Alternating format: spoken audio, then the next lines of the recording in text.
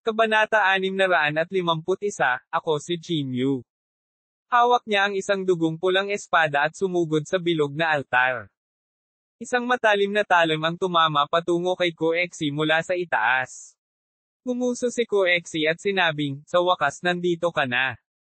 Ikinaway ni Koexi ang kanyang kamay, at ilang sinag ng liwanag ang lumabas mula sa kanyang puting damit. Sa sandali ng banggaan, isang nakakatakot na airwave ang kumalat. Nagmamadaling hamarang si Chinyu sa harap ni Yanruozo at ginamit ang kanyang pisikal na katawan para puwersahang paglabanan ang airwave na ito. Tumayo ang lahat at tumingin sa lalaking nakasuot ng itim na nakatayo sa bilog na altar. Ang lalaking nakaitim na damit, sa wakas ay nakilala ko na siya. Sabi ni Yan Jinyaw na may singkit na mga mata. Talagang naglakas loob siyang lumapit. Hindi napigilan ng iba na medyo magulat. Walang sinabi si Chinyu. Lumingon siya at tumingin kay Yanruozo. Sa sandaling makita niya si Yanruozo, ang puso ni Chinyu ay tila hinayla ng kung ano, at ang sakit ay hindi na matitiis.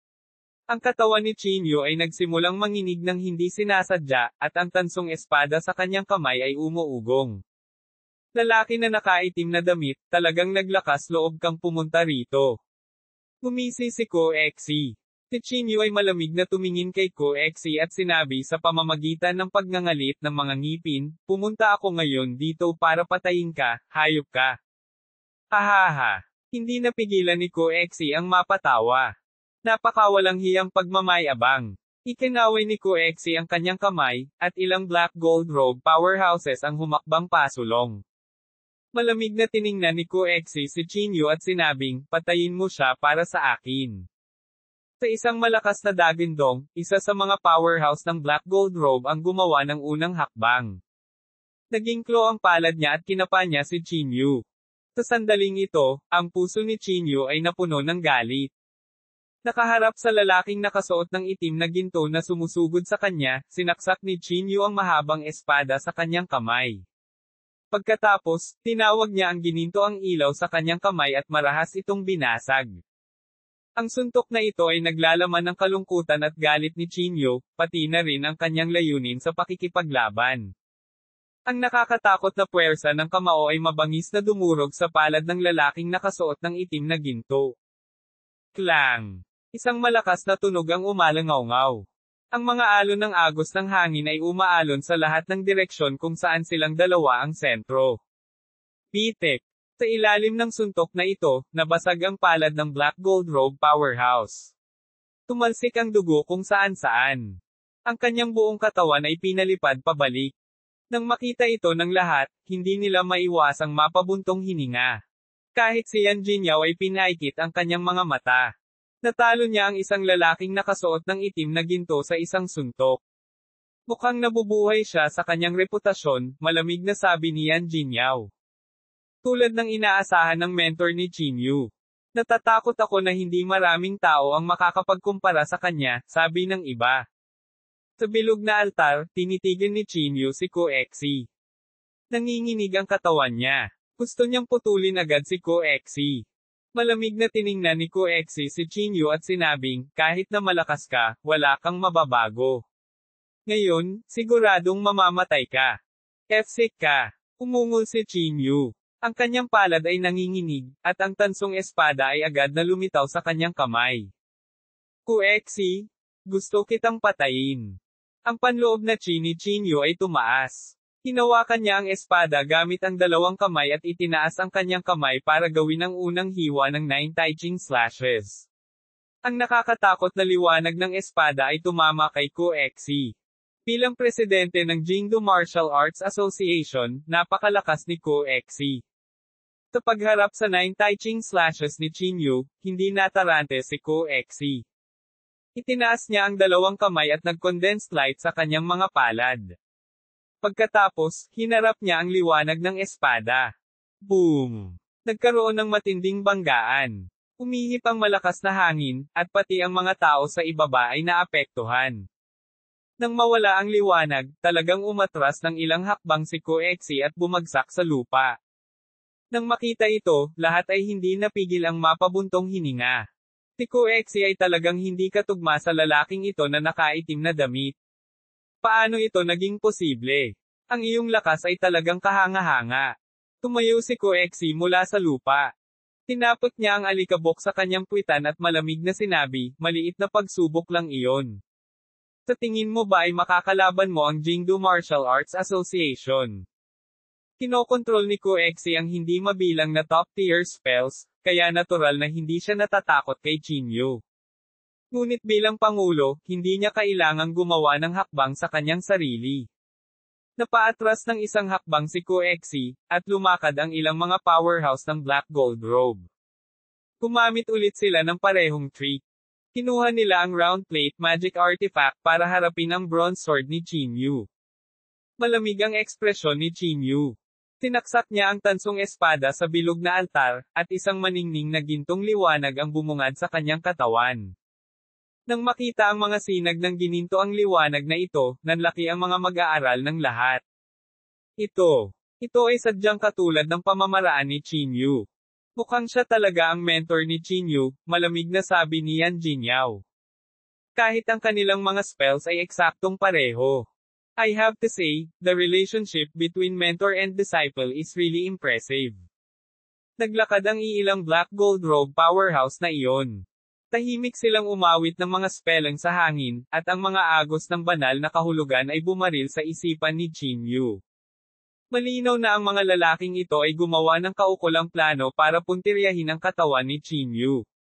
Pumunta ka sa impyerno. Sigaw ni Koexi. Umungol si Jinyu, at isang gintong liwanag ang bumungad sa kanyang glabela. Ang gininto ang liwanag ay nasa hugis ng isang punyal, at pagkatapos ay nalaslas. Sa isang iglap, ang lahat ng Divine Sense ay pinutol ni Jinyu sa hangin. Ang Divine Sense ng taong ito ay talagang napakalakas. Ang lahat ay hindi maiwasang mabigla nang makita nila ito. Pinawi ni Jinyu ang kanyang Divine Sense. Nang samantalahin ang pagkakataon, umungol siya at naghagis ng isang matinding suntok. Ang suntok na ito ay ang Absolute Beginning Sacred Feast. Ang kapangyarihan nito ay hindi maisip. Ang nakasisilaw na gininto ang liwanag ay nagpapaliwanag sa paligid habang ito ay bumasag patungo sa lahat. Ang kakilakilabot na kapangyarihan nito ay lampas sa imahinasyon ng lahat. Ang Black Gold Robe powerhouse ay pinalipad. Ang Black Gold Stone sa kanilang mga katawan ay dumanas ng matinding impact at nagsimulang gumuho. Medyo nakakatakot ito, sabi ni Zhuang Teng sa malalim na boses. Kahit ang Black Gold Robe powerhouses ay hindi niya katugma. Ano ang background ng mentor ni Jinyu? Medyo madilim din ang ekspresyon ni Yan Jinyao. Akala niya noong una ay kaya niyang labanan ang taong nakaitim na ito, ngunit ngayon, may balak siyang umatras. Sa tingin mo ba ang lalaking ito na nakaitim na damit ay si Jinyu? Hulaan ni Chu He daw. Imposible. Tinulyapan siya ni Yan Jinyao. Si Jinyu ay nag-cultivate lamang ng higit sa 1 taon, kaya paano siya magkakaroon ng ganoong lakas? Ang taong ito ay nagil-inang nang hindi bababa sa 50 taon. Tumango ang lahat at sinabing, oo, gaano man kay talento si Jinyu, imposibleng umunlad siya ng ganoon kabilis. Sa bilog na altar, ang mga mag-aaral ni Jinyu ay kumikinang sa lamig ng buto. Inilibot niya ang kanyang tingin sa karamihan. Ang kanyang kahangahangang poster ay nakakatakot sa mga tao. Gumisi si Koexi. Si Jinyu ay patay na. Bakit kailangan mong makisali sa gulo para sa kanya? Sa sandaling sinabi niya ito, agad na namutla ang mukha ni Yan Rozo. Hinawakan niya si Jinyu at sinabi sa takot, Jin, patay na si Jinyu. Nang makita ang dalamhati sa mga mata ni Yan Rozo, ang puso ni Jinyu ay parang tinutusok ng mga karayom. Patay na si Jinyu. Nandito ang taong ito para ipaghiganti si Jinyu. Nagdagdag si Koexi ng gasolina sa apoy. Gumisi siya. Kung hindi, bakit hindi dumating si Jinyu para iligtas ka ng personal? Hindi. Imposible. Hindi maaaring patay si Jinyu. Sabihin mo sa akin, hindi patay si Jinyu. Halos isigaw ni Yan Ruozo ang mga salitang ito. Nagdulot ito ng kirot sa puso ni Jinyu. Inabot niya ang kanyang kamay at hinaplos ang mukha ni Yan Rozo. Wala ka bang lakas ng loob na sabihin sa kanya ang totoo? Gumisi si Koexi. Imposible, hindi maaaring patay si Jinyu. Nagkaroon ng mental breakdown si Yan Ruozo. Sa sumunod na segundo, nagluwa siya ng isang subo ng dugo. Agad siyang nasiraan ng loob. Nang makita ito, hindi na napigilan ni Chinyu. Lumuhad siya sa harap ni Yan Ruozo at sinabi sa mahinang boses, hindi patay si Chinyu. Ako si Chinyu. Nang makita ang masakit na tingin ni Yan Ruozo, hindi na kinaya ni Chinyu na itago ito. Hinugot niya ang kanyang mahabang espada at malamig na iniwas ang tingin sa lahat ng naruroon. Ako si Chinyu, malamig na sabi ni Chinyu. Kabanata 652, 10,000 demonic statues. Inilibot ni Chinyu ang kanyang tingin sa mga tao, at ang kanyang mga salita ay napakaririnig at malakas. Gayunpaman, hindi napigilan ng mga tao na tumawa ng malamig, lalo na si Yan Jinyao. Tumayo siya at sinabing may walang pakialam ng ngiti, ikaw si Chinyu. Para matulungan ang iyong alagad, handa ka pa ring magsinungaling. Tama na. Hindi tulad ng hindi natin alam ang lakas ni Chinyu. At saka, namatay na siya sa Immortal Slaying Sect. Walang makakapagresolba sa pagbuo ng pagpatay ng Immortal Slaying Sect, kahit na ang Jingdu Martial Arts Association, malamig na sabi ni Yan Gai. Ang mga labi ni Chinyu ay gumulong sa isang malamig na ngiti, at sa sumunod na segundo, humagalpak siya ng tawa. Sige, ipapakita ko sa iyo ang tunay kong mukha ngayon. Sigaw ni Chinyu. Sa isang malakas na sigaw ay agad na bumungad sa kanyang katawan ang gintong liwanag. Ang nakakatakot na panloob na chi ay nabasag ang itim na robe sa kanyang katawan, na nagpapakita ng kanyang tunay na mukha. Lumitaw ang mukha ni Chinyu sa harap ng lahat. Ang kanyang katawan ay natatakpan ng gininto ang liwanag, at ang kanyang hindi magagapi na layunin sa pakikipaglaban ay nagpamukha sa kanya na kahanga-hanga. Bagamat hindi siya matangkad, naramdaman niya ang paggalang sa mga tao. Paano ito posible? Nang makita ang eksenang ito, biglang tumayo si Yan Jinyao. Tinitigan niya si Chinyu sa bilog na altar, at ang kanyang mukha ay puno ng hindi makapaniwala. Si Yan Jinyao ang numero 1 tao sa nakababatang henerasyon, kaya natural na ayaw niyang maniwala na may mas malakas pa sa kanya. Naikuyom ni Han Wei ang kanyang mga kamao. Hindi namamalayan, ang distansya sa pagitan niya at ni Chinyu ay lumaki at lumaki. Anong nangyayari? Hindi ba't sinabi mong patay na si Chinyu? Pinandilatan ni Koexi si Yan Gai, at ang kanyang ekspresyon ay napakalamig. Kinagat ni Yan Gai ang kanyang mga ngipin at sinabi, paano ito posible? Nakakulong siya sa Immortal Slaying Sect, walang paraan para makatakas siya.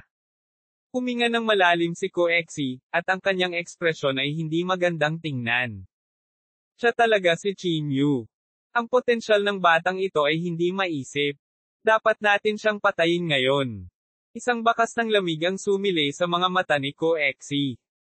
Sa bilog na altar, hinawakan ni Chinyu ang mukha ni Yan Ruozo gamit ang dalawang kamay at sinabi sa mahinang boses, Ruozo, ilalabas kita dito ngayon. Hindi ko nahahayaang magdusa ka pa. Puno ng luha ang matubig na mga mata ni Yan Ruozo.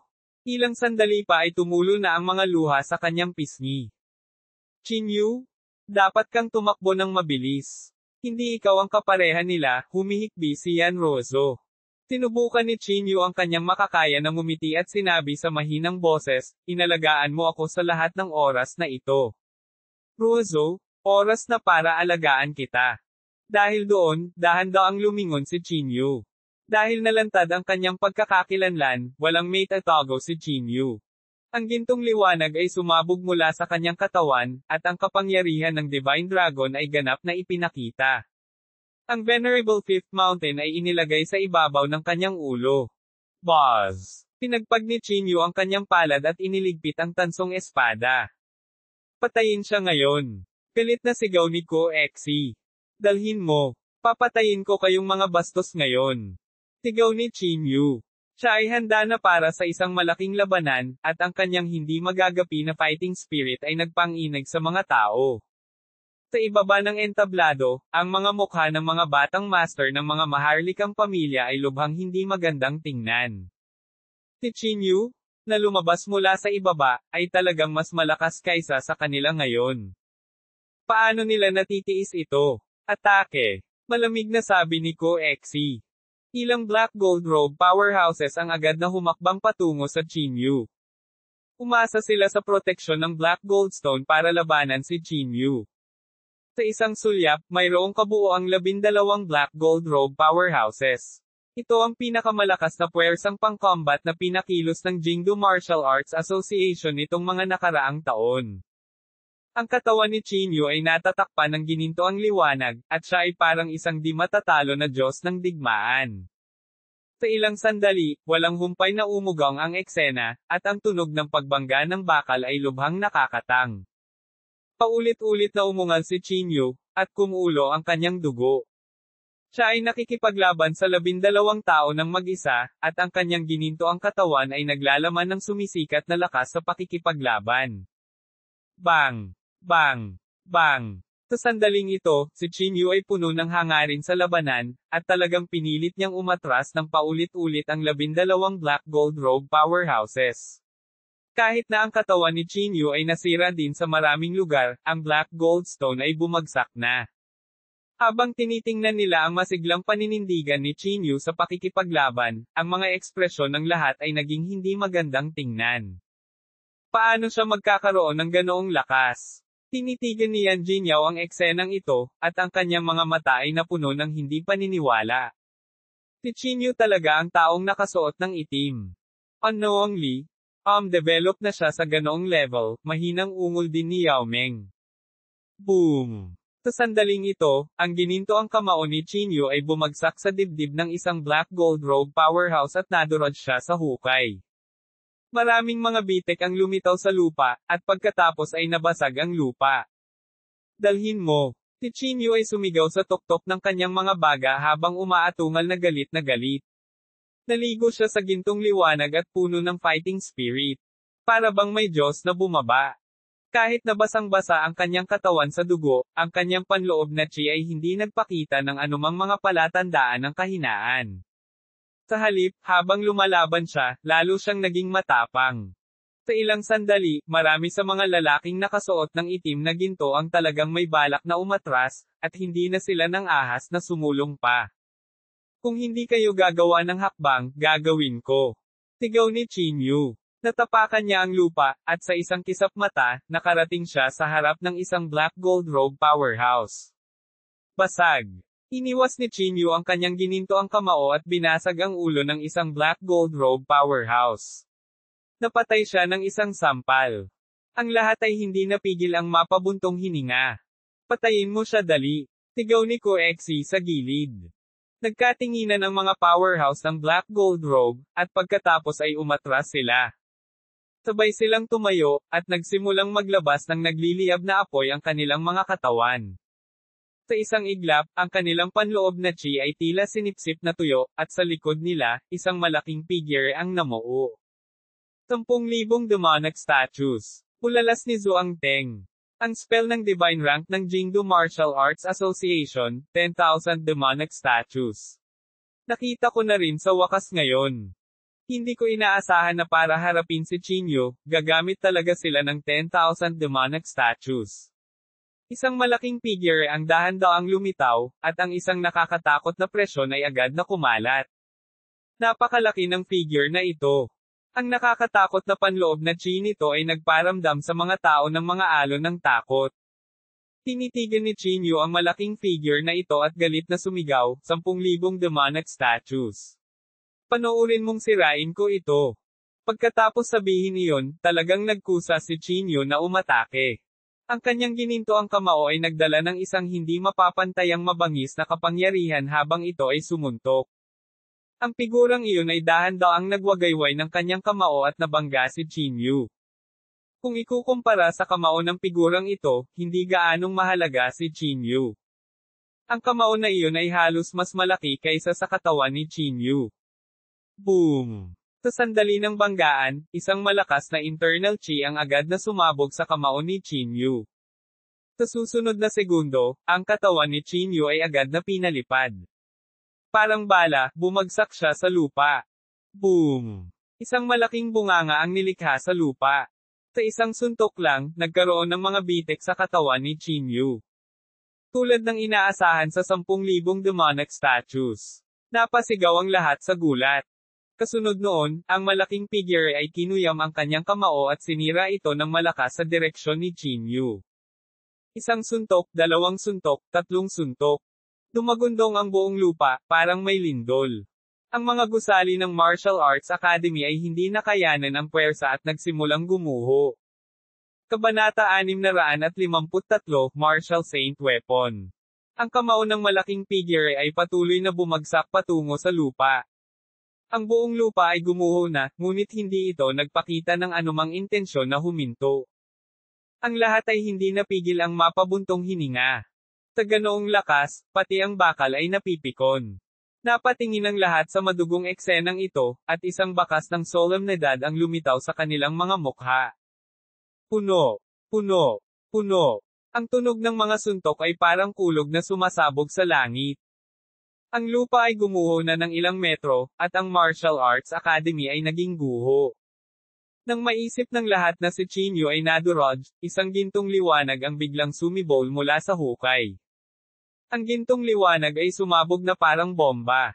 Pagkatapos, isang gintong kamao ang nakaunat mula sa malaking hukay upang salubungin ang malaking kamao ng figure. Tumigil sa paglubog ang malaking kamao. Napaatras pa ito. Isang galit na dagandong ang nagmula sa malaking hukay. Pagkatapos, isang malaking gintong higanti ang gumapang palabas mula sa malaking hukay. Si Jinyu iyon. Sa sandaling ito, siya ay napakalaki, at ang gininto ang liwanag ay nakasisilaw. Kosmikong anyo. Mabilis na naging pangit ang ekspresyon ni Koexi nang makita niya ang diskarteng ito. Gumapang si Jinyu mula sa malaking hukay. Ang kanyang malaking katawan ay nagbigay ng malakas na presyon. F-sick ka. Galit na galit si Jinyu. Kinuyam niya ang kanyang kamao at binasag ito sa 10,000 demonic statues. Nagsimulang maglaban ang dalawang higanti sa sandaling ito. Ang katawan ni Jinyu ay nabahira ng dugo, ngunit ang kanyang panloob na chi ay hindi bumababa. Habang lumalaban siya, lalo siyang naging matapang. Pinilit ng kanyang mabangis na kamao na umatras ang 10,000 demonic statues. Pumunta ka sa impyerno. Kasunod ng galit na dagandong ni Jinyu, ang mga asol na ugat sa kanyang braso ay umuumbok. Ang kanyang napakalaking gininto ang kamao ay walang awa na nabasag sa mukha ng 10,000 demonic statues. Boom! Nakakakilabot ang lakas ng suntok na ito. Nahulog talaga sa lupa ang 10,000 demonic statues. Ang eksena ay pumukaw ng mga alon ng alikabok, na naging sanhi ng paglubog ng lupa. Si Jinyu ay tila nabaliw. Ang kanyang mga mata ay mukhang nananakot at gusto niyang matikman ang sarili nilang gamot. Ang kanyang gininto ang kamao ay tuloy-tuloy na dumurog patungo sa 10,000 demonic statues. Isang suntok, dalawang suntok, tatlong suntok. Ang malaking figure ay mukhang labis na nabigla.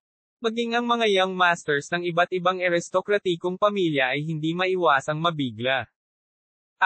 Si Jinyu ay tila nabaliw. Hinawakan niya ang braso ng 10,000 demonic statues na may galit na galit. Pagkatapos, iniwas ni Jinyu ang kanyang mabangis na kamao at binasag ito sa kanyang ulo. Tinuntok ni Jinyu ang hindi mabilang na beses hanggang sa nagsimulang mawala ang gintong liwanag sa katawan ni Jinyu. Ang ulo ng 10,000 demonic statues ay tila sisubog na, at ang Black Gold Robe Powerhouse na kumokontrol sa 10,000 demonic statues ay walang tigil na nagsusuka ng dugo, na parang hindi na niya kaya. Dapat mamatay ang batang ito. Galit na galit si Koexi. Ang lakas na ipinakita ni Jinyu ngayon ay nagsimula ng takutin siya. Kung hahayaan siyang magpatuloy sa paglaki, tiyak na magiging mabigat siyang kaaway ng Jingdu Martial Arts Association sa hinaharap. Boom! Ads by Pop Future. Isa pang suntok ang dumaong, at sa wakas, hindi na kinaya ng 10,000 demonic statues. Ang kanyang malaking ulo ay nabasag, at ang kanyang katawan ay nagsimulang maghiwa-hiwalay. Phew! Ilang Black Gold Robe powerhouses ang agad na inalog hanggang sa samuka sila ng dugo, at ang kanilang panloob na chi ay nawala ng gana. Ang 10,000 demonic statues, nawala. Hindi napigilan ni Yan Jinyaw ang pag-igting ng kanyang mga ngipin. Nakita na niya noon ang 10,000 demonic statues. Iyon ay isang banal na spell, at ang kapangyarihan nito ay hindi maisip. Ngunit ngayon, ito ay talagang natalo ni Chinyu. Paano niya natitiis ito? Ang kosmikong anyo ni Chinyu ay hindi pa rin naghiwa-hiwalay. Tiningnan niya si Koexi ng malamig na mga mata. Koexi, darating ako para kunin ang buhay mo. Sigaw ni Chinyu. Pagkatapos, humakbang pasulong si Chinyu at sinuntok si Koexi gamit ang kanyang gintong kamao. Malamig na sinabi ni Koexi, hindi mo alam ang lugar mo. Ngayon ang araw na mamatay ka. Naglabas si Koexi ng mahabang ruler. Sa sandaling ilabas niya ito, kumalat ang isang lubhang nakakatakot na puwersa. Prajna Ruler. Isang martial saint weapon. May nakakilala sa magic artifact na ito. Habang isinaaktibo ni Koexi ang Prajna Ruler, isang nakakatakot na puwersa ang agad na bumagsak patungo kay Chinyu. Boom! Sa sandaling hinawakan nito ang katawan ni Chinyu, ang kanyang katawan ay pinalipad, at ang kanyang kamao ay tumutulo ng dugo. Ito ang nakakatakot na aspeto ng isang martial saint weapon. Kahit na ang cosmic form ay hindi maihahambing dito. Ngayon ang araw na mamatay ka. Malamig na sabi ni Koexi. Pagkatapos, inactivate niyang muli ang Prajna Ruler at sinisingil sa Chinyu. Itinaas ni Chinyu ang kanyang ulo at galit na umungol. Isinaaktibo niya ang lahat ng kapangyarihan sa kanyang katawan at muling nag-charge pasulong. Gayunpaman, hindi malabanan ang martial saint weapon. Ang kapangyarihan ni Chinyu ay hindi karapat-dapat na banggitin sa harap ng pinuno ng Prajna. Ads by Pop Future. Ang kanyang katawan ay pinalipad at halos maduraj. Mabilis ding nalanta ang kanyang panloob na chi. Ito ang nakakatakot na aspeto ng martial saint weapon, sabi ni Yao Ming sa malalim na boses. Maliban kung ang isa ay naging martial saint, walang makakalaban sa martial saint weapon. Ang ekspresyon ni Chinyu ay sobrang pangit din. Dalawang mahinang banggaan lang ang naging sanhi ng matinding pinsala kay Chinyu. Ang lahat ng kanyang mga spell ay wala sa harap ng martial saint weapon. Nagsimula ring mawala ang cosmic form, at bumalik si Chinyu sa kanyang normal na estado. Pinilit niyang bumangon mula sa lupa. Wala siyang alam tungkol sa martial saint weapon, at bakas ng takot ang lumitaw sa kanyang puso. Hindi ito gagawin. Natatakot ako na hindi ko makayanan ang ikatlong pag-atake. Napaisip si Chinyu sa sarili. Pilit niyang inayos ang kanyang estado, pagkatapos ay ginamit niya ang shrinking ground into an inch tekayo at sumugod patungo sa bilog na altar. Sa sandaling sumugod siya, kinuha ni Chinyu ang kanyang tansong espada. Pagkatapos, hinawakan ni Chinyu ang espada gamit ang dalawang kamay at marahas na nilaslas patungo sa tubo na nakakabit sa katawan ni Yanrozo. Dahil hindi niya matalo itong martial saint weapon, mag-iisip siya ng paraan para makatakas kasama si Yanrozo. Sa tingin mo ba may iligtas mo siya? Gumisi si Koexi. Muli niyang pinaandar ang martial saint weapon at binasag ito patungo kay Chinyu. Ang ekspresyon ni Chinyu ay lubhang nagbago. Nagmamadali niyang tinawag ang kagalang-galang na Fifth Mountain upang harapin ang pag-atake. Klang! Dahil sa pag-ataking ito, ang Venerable Fifth Mountain ay umugang at nanginag. Sa sumunod na segundo, pinalipad ito. Nako hindi. Ang ekspresyon ni Chinyu ay lubhang nagbago nang makita niya ito. Ito ang unang pagkakataon na nawala ang epekto ng Venerable Fifth Mountain. Ang kapangyarihan ng martial saint weapon ay higit pa sa imahinasyon ni Chinyu. Chinyu, matagal na kitang hinayaan na mabuhay. Ngayon ang araw ng iyong kamatayan, malamig na sabi ni Koexi. Ang pinuno ng Prajna sa kanyang kamay ay kumikislap ng liwanag, na para bang ito ay gumagawa ng isang napakalakas na layunin ng pagpatay. Ang mga alon ng nakakatakot na panloob na chi ay kumalat. Ang panloob na chi lamang ay sapat na para mapasok ang lahat ng dugo. Ang ekspresyon ni Chinyu ay sobrang hindi magandang tingnan. Sa ilalim ng pag-ataking ito, mamamatay siya ng walang pag-aalinlangan. Pumunta ka sa impyerno. Pilit na umungol si Koexi, at nanginginig ang kanyang pinunong Prajna. Isang kakilakilabot na kapangyarihan ang agad na dumaikip patungo kay Chinyu. Ito ang tanging paraan. Kinagat ni Chinyu ang kanyang mga ngipin at galit na umungol. Agad niyang inilabas ang dalawang bangkay ng lalaki sa kanyang spatial magic artifact. Kabanata 654, nakakatakot na mga bangkay ng lalaki. Agad na inilabas ni Chinyu ang dalawang bangkay ng lalaki mula sa kanyang spatial magic artifact. Gayunpaman, nakaramdam din siya ng labis na kawalan ng katiyakan. Pagharap sa isang martial saint weapon, walang nakakaalam kung ang dalawang lalaking bangkay na ito ay kakayanin o hindi. Bush! Sa pagtingin sa dalawang bangkay na lumipad palabas, ang lahat ay natigilan saglit. Ano ang mga bagay na iyon? Para silang, bangkay. Baliw ba itong si Chinyu? Gumagamit ng dalawang bangkay para lumaban sa isang martial saint weapon. Maging si Koexi ay hindi napigil ang mapatawa. Sa tingin mo, dalawang bangkay ang maaaring mamatay sa lugar mo. Bata! Sigaw ni Koexi. Nakaharap ang dalawang bangkay sa liwanag ng martial saint weapon. Walang magawa si Chinyu sa kanyang puso, mga senior, pasensya na.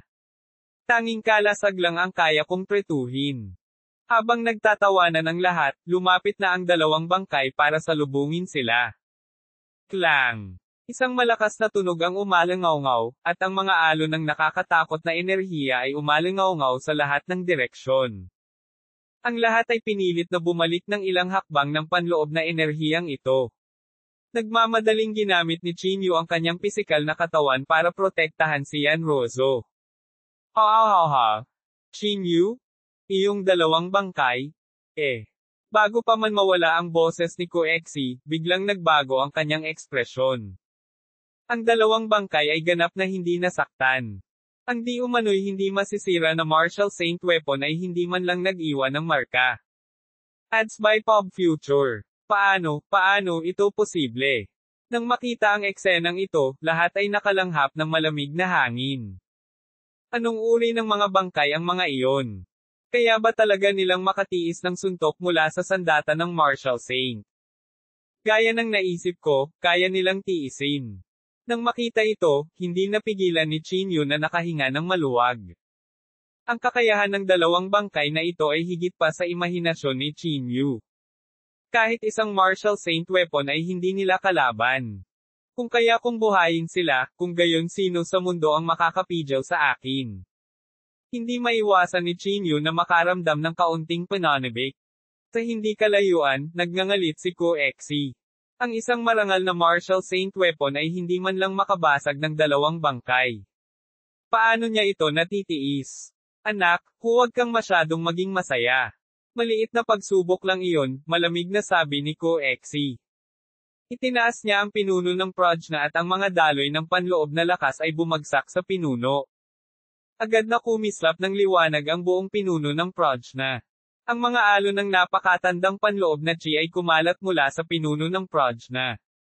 Tanging ang alon ng panloob na chi lamang na ito ay nakakaramdam ng pagkahilo sa mga tao. Ang ilang mga tao ay nagsuka ng dugo sa lugar. Ilang saglit, bakas ng kaseryosohan ang mga mukha ng lahat. Umalis. Malamig na sabi ni Yan Jinyao. Maraming mga kabataang Panginoon ng mga maharlikang pamilya ang agad na bumaril pabalik, natatakot na sila ay mamatay sa ilalim ng kapangyarihan nitong martial saint weapon. Ang ekspresyon ni Chinyu ay parehong solemn. Inilabas niya ang isang bangkay ng lalaki at inilagay sa kanyang harapan upang labanan ang natitirang kapangyarihan. Ang iba pang bangkay ng lalaki ay inihanda na gamitin para labanan itong martial saint weapon. Mga senior, nasaktan ko na kayo, pero wala na talaga akong choice. Sana mapatawad mo ako. Ikinulong ni Chinyu ang kanyang mga kamay patungo sa mga bangkay ng lalaki at hindi na nagsalita pa. Malamig niyang tiningnan si Koexi. Chinyu, pumunta ka sa impyerno. Pilit na umungal si Koexi at ibinaba ang Prajna ruler sa kanyang kamay patungo kay Chinyu. Sa isang iglap, isang daloy ng liwanag ang damaloy na parang tubig. Ang kapangyarihan nito ay maaaring yumanig sa langit at sa lupa. Ito ay maaaring gumawa ng hangin at ulap churn. Ads by Pop Future. Nakakatakot na kapangyarihan. Ang mga batang Panginoon ng mga maharlikang pamilya ay hindi maiwasang mamatla. Kung haharapin nila ang martial saint weapon na ito, malamang na wala silang kahit kaunting pagkakataong mabuhay. Nakatingin sa umaalingaw-ngaw na liwanag, sumigaw si Chinyu at agad na inihagis ang bangkay ng lalaki sa kanyang kamay. Boom! Isang malaking pagsabog ang naganap sa pinangyarihan. Ilang saglit, umusok ang makapal na usok. Ang mga alon ng natitirang kapangyarihan ay tumangay sa lahat ng direksyon. Nagmamadaling inilagay ni Chinyu ang bangkay ng lalaki sa kanyang harapan upang ipagtanggol laban sa natitirang kapangyarihan. Sinamantala ang puwang na ito, tumingin si Chinyu kay Yanrozo. Rozo, mag-iisip ako ng paraan para iligtas ka ngayon. Nanginginig ang kamay ni Chinyu habang inilabas niya ang bronze sword. Kasunod nito, hinawakan ni Chinyu ang bronze sword sa kanyang kamay at walang awa na nilaslas ang tubo. Klang! Isang malutong na tunog ang narinig, ngunit hindi gumagalaw ang tubo. Ang ekspresyon ni Chinyu ay hindi maiwasang magbago ng husto. Sinabi niya sa mahinang boses, paanong nangyari ito? Kahit ang Black Goldstone ay hindi masyadong matigas. Hindi sumuko si Chinyu. Hinawakan niya ang bronze sword sa kanyang kamay at muling nilaslas ang tubo. Maraming makapal na nakapak na mga karakter ang agad na lumitaw sa pipe. Ang mga karakter na ito ay kumikislap sa liwanag at medyo nakakasilaw. Maaaring dahil sa mga karakter na ito. Hindi mapigilan ni Chinyu na sumimangot. Hindi nakilala ni Chinyu ang alinman sa mga karakter na ito. Hindi niya alam kung ano ang kanilang pinanggalingan. Ngunit napakalinaw na imposibleng masira ang mga karakter na ito nang may malupit na puwersa. Bilisan mo at umalis, sabi ni Yanrozo sa mahinang boses. Kung mamatay ka, wala nang saysay na mabuhay pa ako. At least safe pa rin ako ngayon. Kapag nahuli ka, papatayin ka nila. Nang marinig ang mga salita ni Yanrozo, ang ekspresyon ni Chinyu ay naging sobrang hindi magandang tingnan. Ads by Pop Future. Ngunit tama si Yanrozo. Kung siya ay nahuli, mayroon lamang isang resulta, at iyon ay kamatayan. Rozo, may sarili akong plano. Huminga ng malalim si Chinyu. Hintayin mo ako. Hindi magtatagal bago kita ilabas sa Jingdo Martial Arts Association. Sa hindi kalayuan, unti-unting nagkalat ang usok at alikabok. Napuno ng amoy ng pulbere ang hangin. Lahat ay nakatingin sa lugar na iyon, sabik na malaman ang resulta. Basag. Sa wakas, ang bangkay ng lalaki ay nahulog sa lupa nang hindi nasaktan. Perpekto ang kanyang katawan, at ni isang marka ay hindi naiwan dito. Paano ito posible? Nanlaki ang mga mata ni Koexi. Ang ekspresyon niya ay parang nakakita lang ng multo. Ano itong bagay na ito? Paanong napakahirap? Nalanghap ng lahat ang malamig na hangin. Ang kanyang pisikal na katawan lamang ang nakatiis sa buong puwersang pag-atake ng Martial Saint Weapon. Anong klaseng nilalang ito? Mukhang hindi nagsinungaling sa akin ang lalaking may bigot.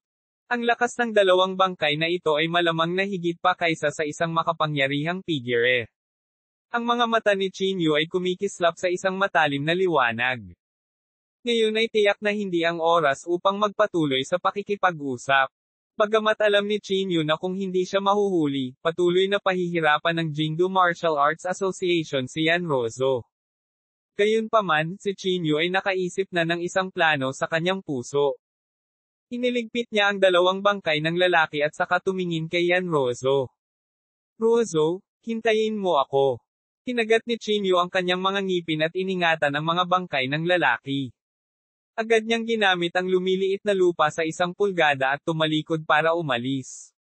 Gusto mong umalis? Sa panaginip mo. Nagngangalit si Exiko. Upang mahuli si Chinyu, gumawa sila ng husto. Kung mabibigo silang muli, mawawala ng dignidad ang Jingdo Martial Arts Association. Sa pagtingin sa direksyon na tinakasan ni Chinyu, nanlamig ang mga mata ni Koexi. Pagkatapos, hinawakan niya ang pinuno ng prajna at iniugoy ito sa direksyon ni Chinyu. Isang napakapangangilabot na kapangyarihan ng isang martial saint ang bumangon patungo kay Chinyu. Ang bilis nito ay napakabilis, at wala man lang siyang oras para mag-react. Boom! Ang pag-ataking ito ay bumagsak ng husto sa likod ni Chinyu. Sa isang pag-atake lamang, nagsimulang mabasag ang katawan ni Chinyu. Ang kanyang buong katawan ay tinina ng pula ng dugo, at ang kanyang katawan ay nahulog mula sa himpapawid.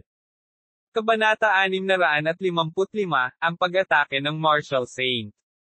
Ang buong likod ni Chinyu ay halos mabulok, at maging ang kanyang mga buto ay nalantad. Ang kanyang mga panloob na organo ay lubos na naapektuhan, at siya ay napahiga sa lupa sa sobrang sakit. Wow! Isang subo ng sariwang dugo ang tumalsik mula sa bibig ni Chinyu. Kumalat ang matinding sakit sa buong katawan niya. Ito ang kapangyarihan ng isang martial saint weapon. Isang casual na pag-atake lang ang bumagsak sa lahat ng depensa ni Chinyu. Tingnan natin kung paano ka makakatakbo ngayon.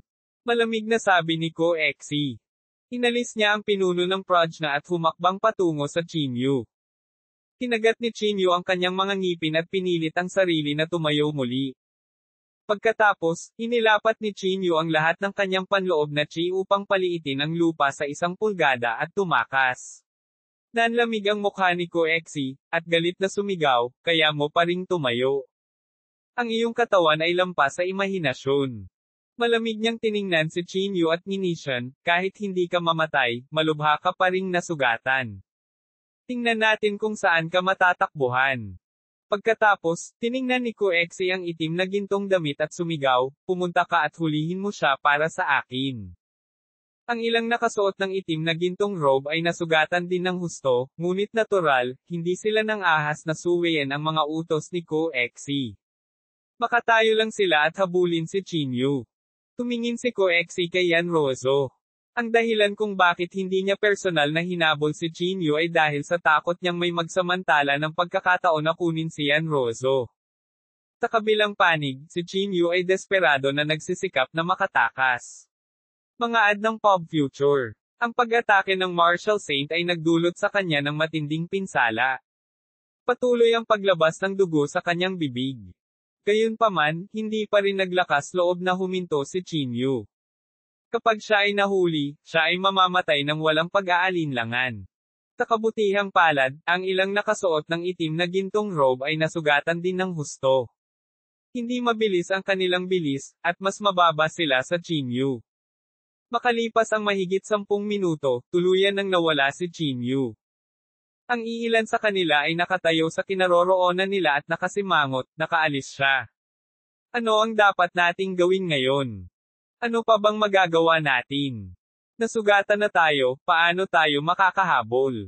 Bumalik tayo at magulat. Nagkatinginan ang iilan sa kanila at bumalik sa Martial Arts Academy. President ko, hindi namin siya nahuli, sabi nila habang naglalakad sila pasulong. Nagbago ang ekspresyon ni Ko Exi. Hindi niya maiwasang lumipad sa galit. Basura ka. Tinamaan siya ng pag-atake ng isang Martial Saint at matinding nasugatan. Paanong hindi ka makakahabol? President ko, ang ating mga katawan ay lubhang nasugatan, sabi ng iilan sa kanila sa mahinang boses. Kinagat ni Ko Exi ang kanyang mga ngipin at sinabing, basura, basura. Tahimik na nakatayo roon ang mga lalaking nakasuot ng itim na ginto, na nagpapahintulot kay Ko Exi na magpatuloy sa pagmumura sa kanila.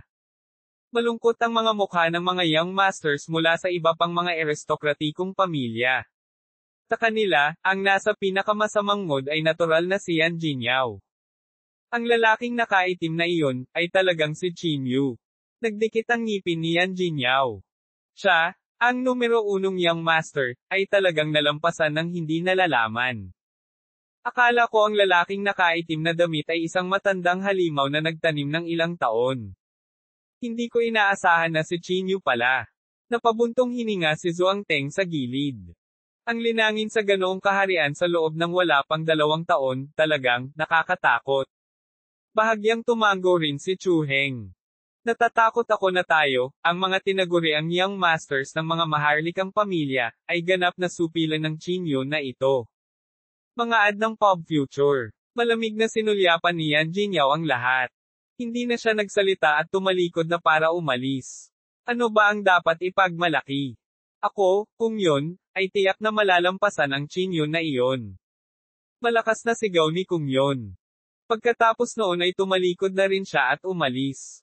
Sunod-sunod na umalis sa eksena ang mga young masters ng iba't ibang pamilya.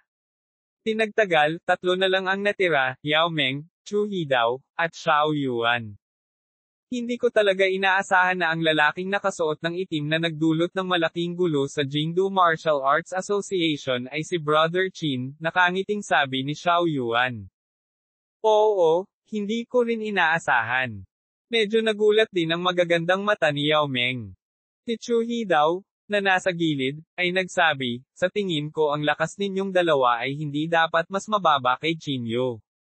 Nang sabihin ang mga salitang ito, bahagyang umiling ang dalawa at sinabing, Brother Chu, napakataas ng tingin mo sa amin.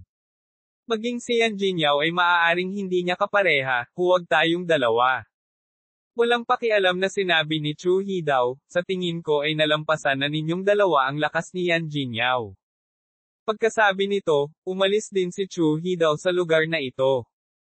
Tuldok tuldok tuldok. Si Chinyo ay tumakbo pabalik sa kanyang sariling pribadong silid. Ang kanyang panloob na chi ay medyo mahina.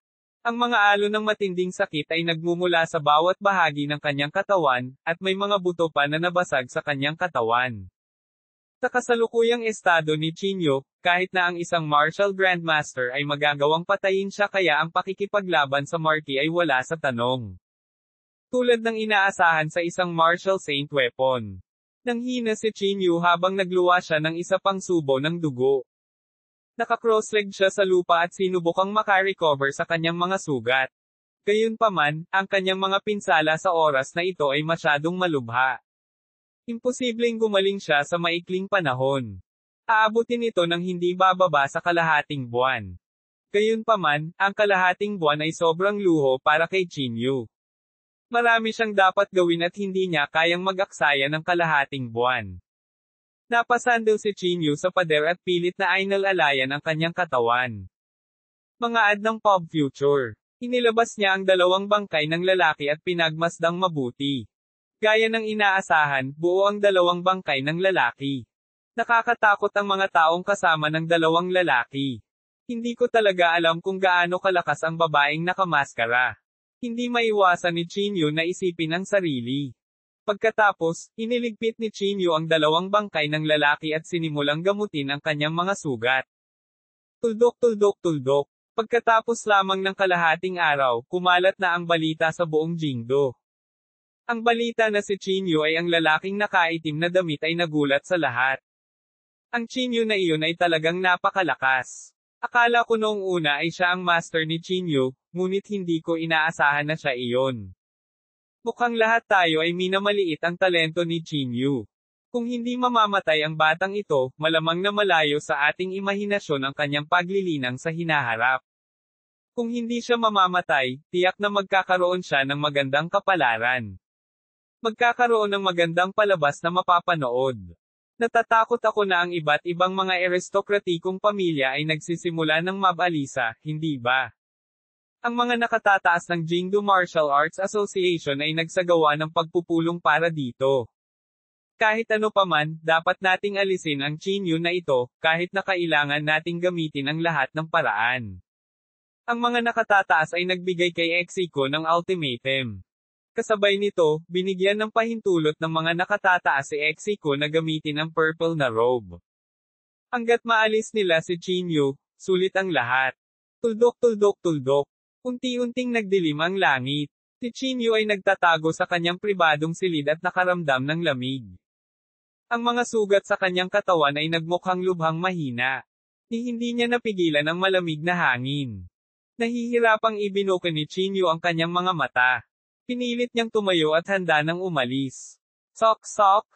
Grabe ang sugat mo. Kung hindi ka namin napagamot ng mabilis, mamamatay ka. Sa sandaling ito, isang pamilyar na boses ang narinig. Pag-angat ng ulo, nakita niya ang isang figure na nakasquat sa sulok ng dingding. Ang taong ito ay walang iba kundi ang lalaking may bigot. Si Chinyo ay nagmamadaling tumingin sa lalaking may bigot at nag-aalalang nagtanong, naihanda mo na ba ang lahat? Kabanata 656, Plano ni Chinyo. Tumalon pababa sa dingding ang lalaking may bigot. Naglakad siya sa harap ni Chinyo at inikat ang kanyang mga mata. Nasugatan ka na, at mayroon ka pa ring mood para itanong ito. Paano makikinig si Chinyo sa lahat ng ito? Sabi niya nang may pag-aalala, handa na ba ang mga bagay o hindi? Umiling ang lalaking bigot. Hindi ganoon ka-simple, kulang pa ako sa materyal. Kailangan kong sumama ka sa akin. Pero tinitingnan kita ngayon. Natatakot akong hindi ka makakapunta. Ibinuko ng lalaking bigot ang kanyang mga kamay at sinabing. Kumunot ang noo ni Chinyu at sinabing, kailangan mo akong sumama sa iyo. Bakit? Seryosong sinabi ng lalaking bigot, kailangan ko ang iyong konstitusyon. Agad na natahimik si Chinyu. Kinagat niya ang kanyang mga ngipin at sinabing, sige, sasama ako sa iyo. Kung pupunta ka ngayon, mamamatay ka. Umiling ang lalaking bigot at sinabing. Kahit nasa peak condition ka na, baka masugitan ka pa rin ng malubha. Sa ganitong estado, tiyak na mamamatay ka. Pagkasabi noon, tinapot ng lalaking bigot ang balikat ni Chinyu at sinabing, Kabayan Dawis, mas mabuting alagaan mo muna ang iyong katawan. May mga bagay na hindi pwedeng madaliin. Walang sinabi si Chinyu, na para bang may iniisip siya.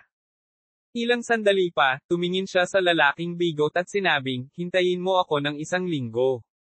Sasamahan kita sa 1 linggo. 1 linggo. Nagtaas ng kilay ang lalaking bigot. Pinalaki niya si Chinyu at sinabing, sa tingin mo ba magagamot ang iyong pinsala sa loob ng 1 linggo? Ads by Pop Future. Napangiti si Chinyu at sinabing, may mga bagay na hindi ko maipaliwanag sa iyo. Sa madaling salita, halika at hanapin mo ako sa 1 linggo. Nang makita ito ng lalaking bigot, tumango lang siya at sinabing, dahil matigas ang ulo mo, sige. Napaungol si Chinyu bilang pasasalamat, pagkatapos ay tumalikod na at aalis na sana. Saan ka pupunta? Nagmamadaling tanong ng bigot. May gagawin ako, sabi ni Chinyu. Pagkasabi nito, hindi na pinansin ni Chinyu ang lalaking bigot. Ay nalalayan niya ang kanyang katawan sa sobrang kahirapan at umalis sa lugar. Sa pagtingin sa likod ni Chinyu, ang bigot na lalaki ay hindi maiwasang ipikit ang kanyang mga mata. TSK. Itinutulak ng batang ito ang sarili niya, sabi ng lalaking bigot sa mahinang boses. Tuldok. Bahay ni Zia Hang. Isang lalaking nakasuot ng itim na damit ang nakaupo sa sofa, humihingal. Ang lalaking ito ay walang iba kundi si Chinyu. Naka-half open ang mga mata niya na parang anumang oras ay ipipikit niya ito. Kahit na binalot ng mahigpit ni Chinyu ang kanyang sarili ng kanyang damit, tumagos pa rin ang sariwang dugo sa itim na damit at tumulo sa sofa. Napuno ng mabahong dugo ang buong silid. Si Zia Hang, na nakauwi na, ay mabilis na natagpuan si Chinyu na nakahiga sa sofa. Mabilis siyang naglakad sa harap ni Chinyu at malamig na sinabi, naglakas loob ka pa ring lumapit. Ngayon, inaaresto ka ng Jingdo Martial Arts Association at hinahanap ka ng mga awtoridad. Hindi mo ba alam? Gumisi si Chinyu at sinabing, syempre, alam ko. Zia Hang, hinanap kita dahil may importante ako. Ano ito? Malamig na tanong ni Zia Hang. Ads by Pop Future. Pinunasan ni Chinyu ang dugo sa gilid ng kanyang bibig at sinabi sa mahinang tono, kung gusto kong ibagsak ang Jingdo Martial Arts Association, kakailanganin ko ang inyong kooperasyon, sa pamamagitan lamang ng pakikipagtulungan sa sabuatan mula sa loob at labas ng asosasyon magkakaroon ako ng pagkakataon. Malamig na sinabi ni Zia Hang, nilinaw ko na sa iyo noong nakaraan na ang posisyon ko sa Jingdo Martial Arts Association ay isang walang laman na posisyon. At mula noong nangyari ang huling pagkakataon, wala nang tiwala sa akin si Ko Exi. Mahina na ikinaway ni Chinyu ang kanyang kamay at sinabing, bibigyan kita ng pagkakataon na magkaroon ng tunay na kapangyarihan at mabawi ang kanyang tiwala. Isang pagkakataon. Anong pagkakataon? Sumimangot si Zia Hang. Tinuro ni Chinyu ang kanyang ilong at sinabing, basta babawiin mo ako, natural na maibabalik mo ang iyong tiwala at atensyon ng mga nakatataas.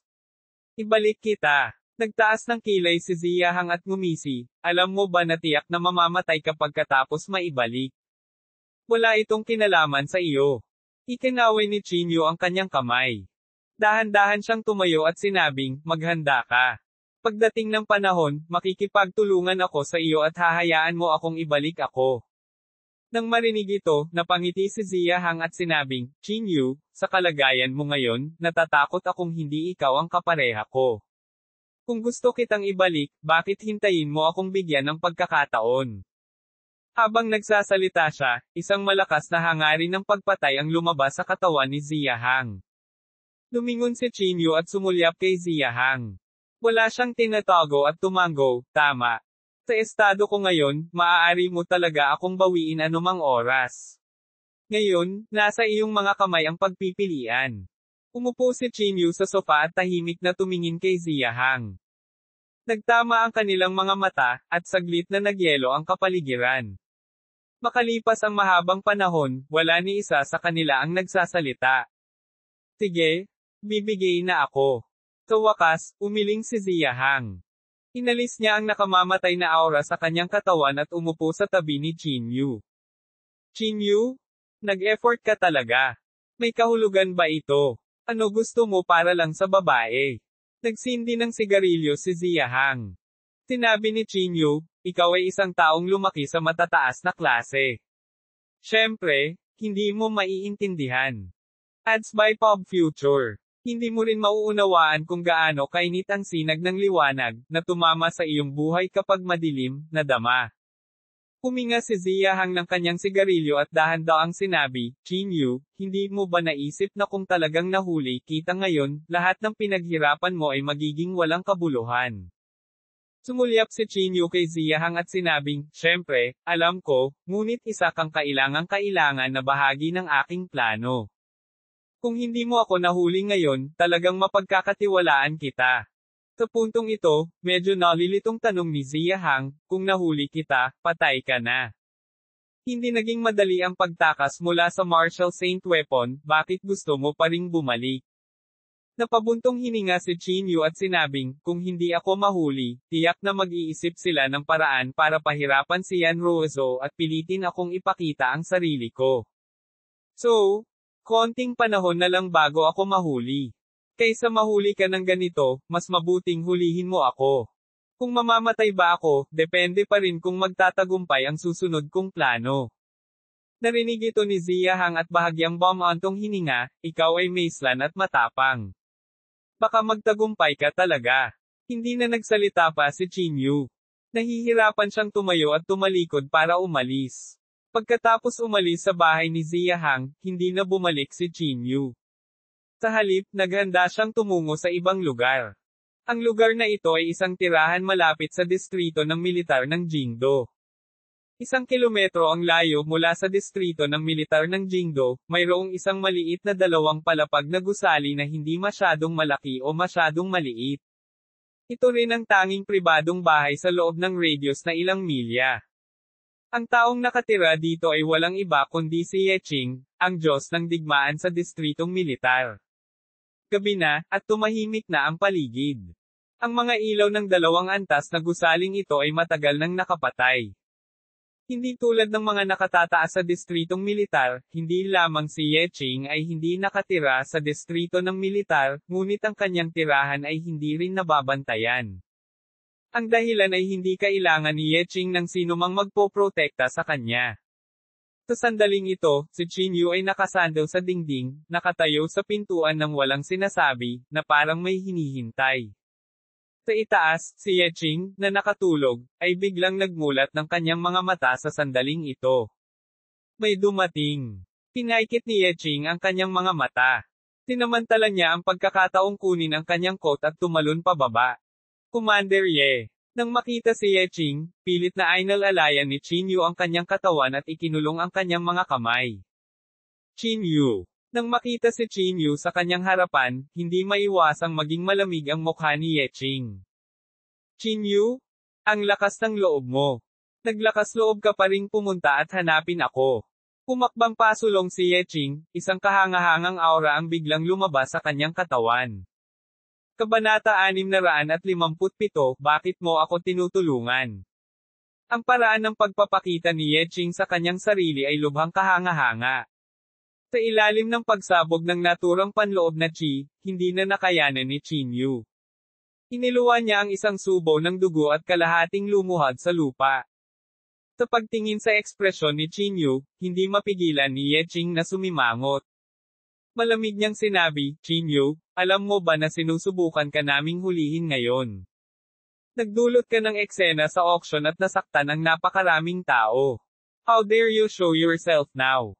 Pinunasan ni Chinyu ang dugo sa gilid ng kanyang bibig at sinabing, nahanap kita dahil sa isang mahalagang bagay. May importanteng bagay. Pinaikit ni Yeching ang kanyang mga mata at malamig na nagtanong, ano iyon? Gusto kong makipagtulungan sa iyo. Napasandal si Chinyu sa dingding at dahan-daang tumayo. Nang marinig ito, hindi napigilan ni Yeching na tumawa ng malakas. Chinyu, sino ka sa palagay mo para makipagtulungan sa akin? Kailangan ko bang makipagtulungan sa iyo? Napakaraming tao ang nasaktan mo at lumabag ka na sa batas. Babawi ako sa iyo ngayon. Kinagat ni Chinyu ang kanyang mga ngipin at nagpatuloy, Commander Ye, kahit na gusto mo akong arestuhin, hindi ito sa ngayon. Bakit hindi mo pakinggan ang maibibigay ko sa iyo? Naningkit ang mga mata ni Yeching, na parang naramdaman niyang may kabuluhan ang sinabi ni Chinyu. Malamig niyang sinabi, sige, bibigyan kita ng 3 minuto. Tumingin si Chinyu kay Yeching at sinabi, dapat mong malaman na ako ay isang parmasyutiko at nagtataglay ako ng maraming formula ng Divine Rank Pill. So, tinulyapan ni Yeching si Chinyu. Nagpatuloy si Chinyu, maaari akong magbigay ng mga table task para sa distrito ng militar ng Jingdo, o kahit sa buong Pyro. Ads by Pop Future. Ang ganitong uri ng tableta ay maaaring makapagpataas ng lakas ng isang mandirigma.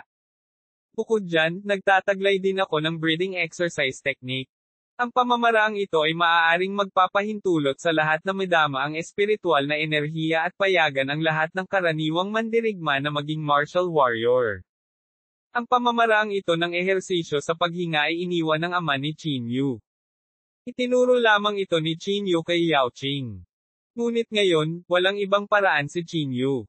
Kung gusto niyang makipag-ayos kay Yeching, kailangan niyang gumastos ng maraming mapagkukunan.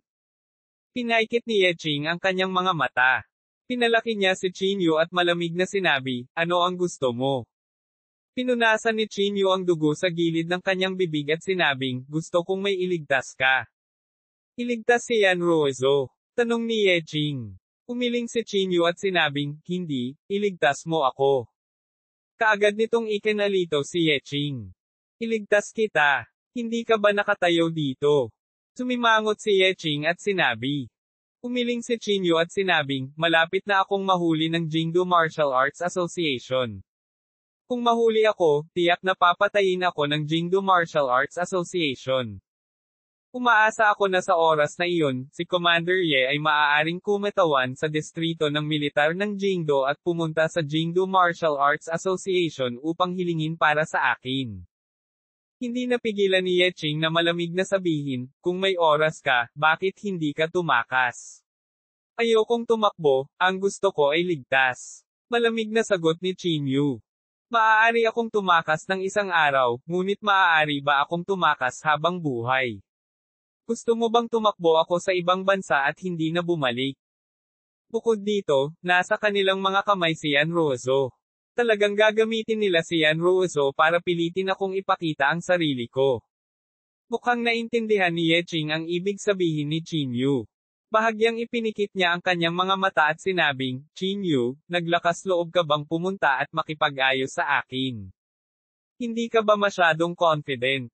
Bakit kailangan kong dumaan sa napakaraming problema? Maaari kitang direktang makuha at pilitin kang ibigay ang pill formula at ang breathing exercise technique. Pinunasan ni Chinyu ang dugo sa gilid ng kanyang bibig at ninisyan, Commander Ye, maaari mong subukan at tingnan kung bubuksan ko ang aking bibig. Ads by Pop Future. Pinagalit mo ba ako? Nanlamig ang mukha ni Yeching, at biglang sumabog ang aura sa kanyang katawan. Sa kabila ng matinding panggigipit mula kay Yeching, hindi natakot si Chinyu. Tumingin siya ng diretso kay Yeching, ang kanyang tingin ay hindi alipin o pagmamalabas. Commander Ye, siya ay nagdusa ng malubhang pinsala. Huwag mo na siyang kulitin. Sa sandaling ito, isang ulo ang biglang sumulpat mula sa ikalawang palapag. Sa isang sulyap, nakita niya ang Pavilion Master na nakatayo sa harap ng bintana. Natigilan si Chinyu at nagulat na sinabi, Lord Pavilion Master. Bakit ka nandito? Umiling ang Pavilion Master at hindi nagpaliwanag. Si Yeching? na nasa ibaba, ay binawi rin ang kanyang kahangahangang aura. Kinawian niya ang kanyang kamay at nakangiting sinabi, "Natural, pumunta siya rito para hanapin ako dahil sa iyo." Ibinuka ni Chinyu ang kanyang bibig at magsasalita na sana nang iwagayway ni Yeching ang kanyang kamay at sinabing, "Tara na. Umakyat muna tayo sa taas."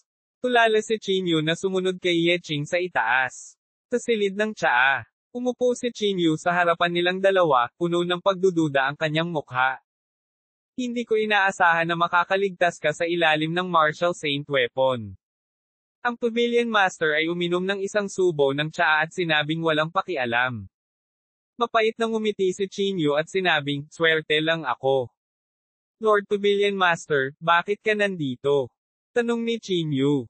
Si Yeching, na nasa gilid, ay nagpaliwanag, "Talagang pareho kayo ng ideya. Gusto rin ni Ji Yuhong na pumunta ako sa Jingdu Martial Arts Association para hilingin siya. Ngunit hindi ko inaasahan na makakatakas ka." Ngumiti ang Pavilion Master at sinabi. Nang marinig ito, hindi mapigilan ni Chinyu na makaramdam ng init sa kanyang puso. Ads by Pop Future. Lord Pavilion Master, salamat. Gusto ni Chinyu na tumayo at yumuko sa kanya, ngunit ang kanyang mga sugat ay masyadong malubha, at mahirap para sa kanya na tumayo. Umupo ka doon ng masunurin. Ikinaway ng Pavilion Master ang kanyang kamay, at isang banayad na puwersa ang dumaikit sa balikat ni Chinyu. Ang mga mata ni Chinyu ay nagpahayag ng kanyang pasasalamat, at pagkatapos ay tumingin siya kay Yeching at sinabi, "Commander Ye, ano man ang mangyari, mangyaring ay pangako mo sa akin." Sinabi ni Yeching sa malalim na boses, "Sa totoo lang kung hindi dahil kay Ji Yuhong, hindi ako nakipagdeal sa iyo." Nakangiting sinabi ng Pavilion Master, si Chinyu ay maaaring ituring na nakagawa ng karapat-dapat na serbisyo para sa military district. Tumango si Yeching at sinabi, "Tama, Chinyu. Kahit na hindi ka pumunta para hanapin ako, pupunta ako sa Jingdu Martial Arts Association para hingin ka." Natigilan si Chinyu, at tumindi ang pagkalito sa kanyang mga mata. Mahinang sinabi ni Yeching, "Kung tutuusin, miyembro ka ng distrito ng militar ng rehiyon ng Chuzhou. Nabibilang ka sa distrito militar. Ang Jingdu Martial Arts Association ay walang awtoridad na makitungo sa iyo." Nang marinig ito, agad na nakahinga ng maluwag si Chinyu. Bahagyang tumango siya at sinabing, "Salamat, Commander Ye." Sa pagsasalita hanggang sa puntong ito, biglang may naisip si Chinyu. Pansamantala niyang tinanong, "Commander Ye, maaari ka bang tumulong upang iligtas din si Rozo?" Chinyu. Nang marinig ito, hindi napigilan ng Pavilion Master na tawagin ang kanyang pangalan. Si Yeching ay humigop ng tsaa at mahinahong sinabi, "Chinyu, gaya ng sinabi ko noon, huwag masyadong mataas ang tingin sa iyong sarili. Ang unang dahilan kung bakit kita tinulungan ay maaari ka talagang magdala ng mga benepisyo sa distrito ng militar. Ang pangalawang dahilan ay dahil miyembro ka ng distrito ng militar. Ang lahat ng ito ay nasa ilalim ng saligan ng pagsunod sa mga patakaran. Tungkol sa usapin ng pamilya yan, wala akong karapatang makialam, at hindi ako makikialam." Napangiti ng mapait si Chinyu at sinabing, "Pasensya na. Medyo naging bastos ako." Ngumiti ang Pavilion Master at sinubukang ayusin, bata pa si Chinyu. "Huwag kang makipagtalo sa kanya." Tumango si Yeching at sinabing, "Gabi na. Oras na para magpahinga ako." Pagkatapos sabihin ito, tumalikod si Yeching at lumabas. "Maaari kang magpagaling dito sa mga susunod na araw," sabi ng Pavilion Master. Pagkatapos, pinitik ng Pavilion Master ang kanyang palad at inilabas ang medicinal cauldron na may nakaukit na phoenix, pati na rin ang maraming halamang gamot. "Gagawin ko ang aking makakaya upang matulungan kang gumaling nitong mga ilang araw," sabi ng Pavilion Master. Tumango si Chinyu. Pagkatapos, itinaas niya ang kanyang ulo upang tingnan ang Pavilion Master at sinabi sa mahinang boses, "Panginoong Pavilion Master, palagi akong may pagdududa sa aking puso. Iyon ay, bakit mo ako tinutulungan?" Kabanata 658, Xiaoyu at ang babaeng nakamaskara. Sa buong panahon, ang Pavilion Master ay nag-aalaga kay Chinyu, ngunit alam ni Chinyu sa kanyang puso na talagang walang kabaitan ng walang dahilan. Ang tanong na ito ay matagal nang nakatago sa puso ni Chinyu. Tumingin ang Pavilion Master kay Chinyu at umiling pagkaraan ng ilang sandali. Walang dahilan, sabi ng Pavilion Master sa medyo malamig na tono. Kumunat ang noo ni Chinyu. Gusto niyang ipagpatuloy ang pagtatanong, ngunit hindi siya binigyan ng Pavilion Head ng pagkakataon. Kinawayan lang niya ang kanyang kamay at sinabing, "You should go and rest. Kung nasugatan ka, dapat kang magpahinga ng mabuti." Bago niya matapos ang kanyang mga salita, naramdaman ni Chinyu ang isang banayad at banayad na puwersa na papalapit sa kanya. Agad na naramdaman ni Chinyu ang matinding antok at sa loob ng maikling sandali, nakatulog siya ng mahimbing. Tuldok tuldok tuldok. Sa sandaling iyon, ang buong Jingdo, at maging ang buong martial world ng Pyro, ay sumabog sa kaguluhan. Ang balita na si Chinyu ang lalaking nakasuot ng itim ay kumalat na parang apoy, at ang kanyang maluwalhating record ng labanan ay nagulat sa lahat. Ang pamilya Yan at ang pamilyang Han ang unang nagpasa ng bigat ng balita. Maasim ang relasyon nila ni Chinyu. Ngayong alam na nila ang tungkol sa mataas na antas ng paglilinang ni Chinyu, natural na sila ay medyo nag-aalala. Ang lalaking nakaitim na iyon, ay talagang si Chinyu. Bahagyang naningkit ang mga mata ni Yan Zihai, ang kanyang mga mata ay pumuputok ng matinding layuning pumatay. Tumingin siya kay Yan Jinyao at sinabing, "Sa lakas mo ngayon, katapat mo ba siya?" Hindi masyadong maganda ang ekspresyon ni Yan Jinyao. He said in a deep voice, "Bagaman ayaw kong aminin, napakahirap para sa akin na talunin siya ngayon." Nang marinig ito, huminga ng malalim si Yan Zihai. Ang Chinyu na ito ay nakatakas na sa kamatayan ng maraming beses. Hindi natin siya papayagang patuloy na lumakas ang kanyang lakas, malamig na sabi ni Yan Zihai. Ads by Pop Future. Kahit anong koneksyon ang gamitin natin, dapat natin siyang alisin. Napakalinaw na seryoso si Yan Zihai sa pagkakataong ito. Ang paghamak niya kay Chinyu sa lahat ng ito ay nagbigay daan kay Chinyu na umunlad sa antas na ito. Ngayon, hindi na siya makaupo. "Pare, bukas ay pupunta ako sa Jingdo Martial Arts Association at maglilinang sa pag-iisa," malamig na sabi ni Yan Jinyao. Napakalinaw na ang bagay na ito ay nagdulot ng matinding dagok kay Yan Jinyao. Matagal na niyang hawak ang titulong numero 1 sa nakababatang henerasyon. Ngayong nalampasan na siya, hindi ito matanggap ni Yan Jinyao. Hindi lang Yan Jinyao. Iisa ang iniisip ng lahat ng mga Young Masters sa Jingdo. Sa loob lamang ng isang gabi, ilang mga Young Masters ang piniling magtanim sa pag-iisa. Ang iba ay masaya, ang iba naman ay malungkot. Ang mga taong tulad ni Deng Sheng at Yan Gai ay nagpanik na. Alam nila na sa mapaghiganting personalidad ni Chinyu, hindi niya sila bibitawan. Tuldok tuldok tuldok. Sa mga sumunod na araw, nanatili si Chinyu sa tirahan ni Yeching. Nagkagulo na ang labas ng mundo. Ang mga elite mula sa lahat ng antas ng pamumuhay ay ipinadala upang hulihin si Chinyu. Kabilang dito ang Jingdo Martial Arts Association at maging ang mga opisyal na puwersa. Sa pagkilos ng mga pamilyang Yan at Han, halos imposible para sa Chinyu na makatakas. Ngunit sa isang kisap mata, 3 araw na ang lumipas at wala pa ring palatandaan si Chinyu. Halos nabaligtad na nila ang buong Pyro at hindi pa rin nila mahanap si Chinyu. Kakaiba talaga. Saan ba talaga tumakas ang batang ito? Sa sandaling iyon, nagtanong ang lahat. Lumipas ang isa pang 3 araw. Sa ilalim ng masusing pangangalaga ng Pavilion Master, halos gumaling na ang mga pinsala ni Chinyu. Ads by Pop Future. Inayos niya ang kanyang mga damit, nagpalit ng isang set ng damit, at naghanda ng umalis. "Lord Pavilion Master, pakitiyak na darating si Commander Ye at kukunin ako." Bago umalis, sinabi ni Chinyu sa malalim na boses. Bahagyang tumango ang Pavilion Master at sinabing, "Huwag kang mag-alala. Dahil nangako si Yeching sa iyo, tiyak na gagawin niya ito." "Chinyu, hinahanap ka ng lahat sa labas. Mas mabuting mag-ingat ka sa mga kilos mo." Ang Pavilion Master ay humimok. Napangiti si Chinyu at sinabing, "Kung ako ay masyadong maingat, paano nila ako mahuhuli?" Pagkatapos sabihin ito, umiling si Chinyu, tumalikod, at umalis. Dahil mahuhuli na siya, kailangan niyang gumawa ng eksena. Sa ganitong paraan lamang mapagkakatiwalaan ng Jingdu Martial Arts Association si Zia Hang. Sa makatuwid, itinuon ni Qin Yu ang kanyang mga tingin sa Saint Confucian Sect. Ito ay marahil ang pinakamahusay at pinakamakatwirang paraan. Bago pumunta sa Saint Confucian Sect, nagpasya si Qin Yu na bumalik muna sa Chuzhou. Pinalak niyang puntahan si Xiao Yu. Napakahalaga ng maskarang iyon. Dapat ay walang anumang aksidente. Sa Chuzhou, sa labas ng bahay ni Uncle Wu.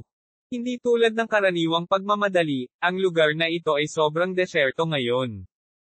Huli na ng taglagas. Ang mga nalaglag na dahon sa looban ay nakadagdag sa mapanglo na kapaligiran. Bahagyang kumunat ang noo ni Qin Yu. Inilabas niya ang kanyang banal na pakiramdam at mabilis na nakahuli ng isang figure sa bahay. Namingalinga si Qin Yu at pagkatapos ay pumasok sa silid. Pagkapasok niya, nakita ni Qin Yu si Uncle Wu na nakaupo sa sofa at umiinom ng alak. Mukha siyang mas matanda. Tito Wu, anong nangyari? Hindi maiwasang magtanong ni Qin Yu. Nang marinig ang boses ni Qin Yu, natigilan si Uncle Wu. Mabilis siyang bumangon. Baka sa kanyang mukha ang pagkagulat, ngunit pagkatapos ay natarante siya. Ads by Pop Future. Nagmamadali niyang hinayla si Qin Yu at bumulong, Qin Yu, nababaliw ka na ba? Hinahanap ka na ng lahat sa labas. Ngumiti si Qin Yu at sinabi, alam ko, Tio Wu. Aalis ako saglit. Kumunat ang noo ni Uncle Wu. Mahigpit niyang isinara ang pinto at saka hinayla si Qin Yu para maupo. Tito Wu? Sa panahong ito, may nangyari ba? Tila napansin ni Qin Yu ang abnormalidad ni Tito Wu. Bahagyang napabuntong hininga si Uncle Wu at sinabing dahan-dahan, nakialam ang pamilya yan. Nahubad ako sa kinatatayuan ko. Buti na lang at pwede pa akong manirahan dito. Bahagyang nagbago ang ekspresyon ni Qin Yu. Hindi niya inaasahan na makikigulo ang pamilya yan sa mga ordinaryong taong ito. Tito Wu, pasensya na.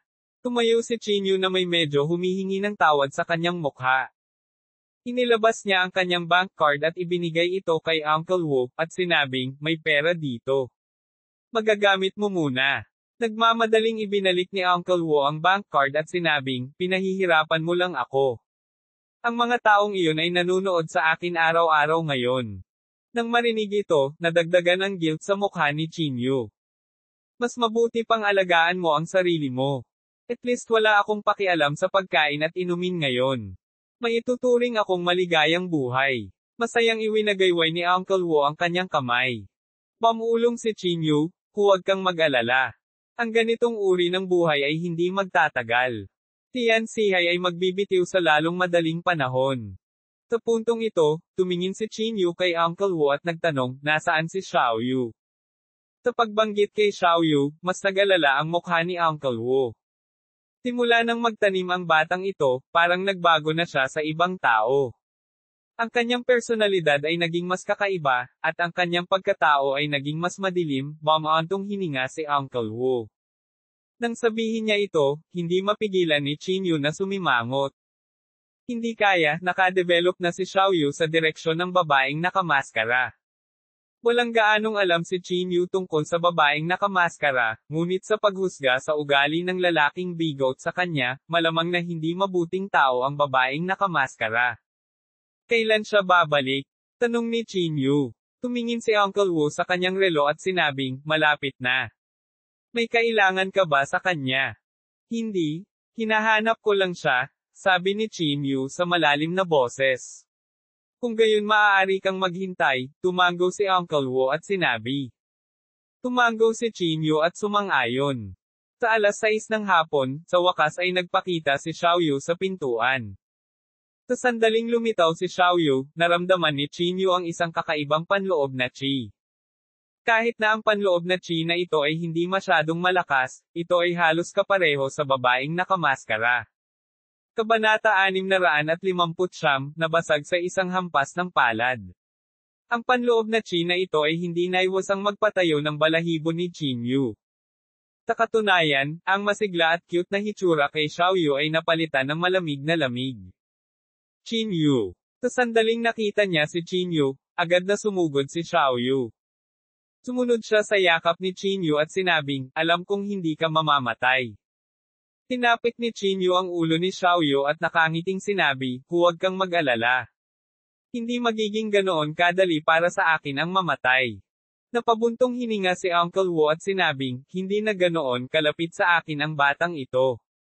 Hindi ko mapigilan na tumanda na siya. Pinalaki ni Chinyu si Xiaoyu.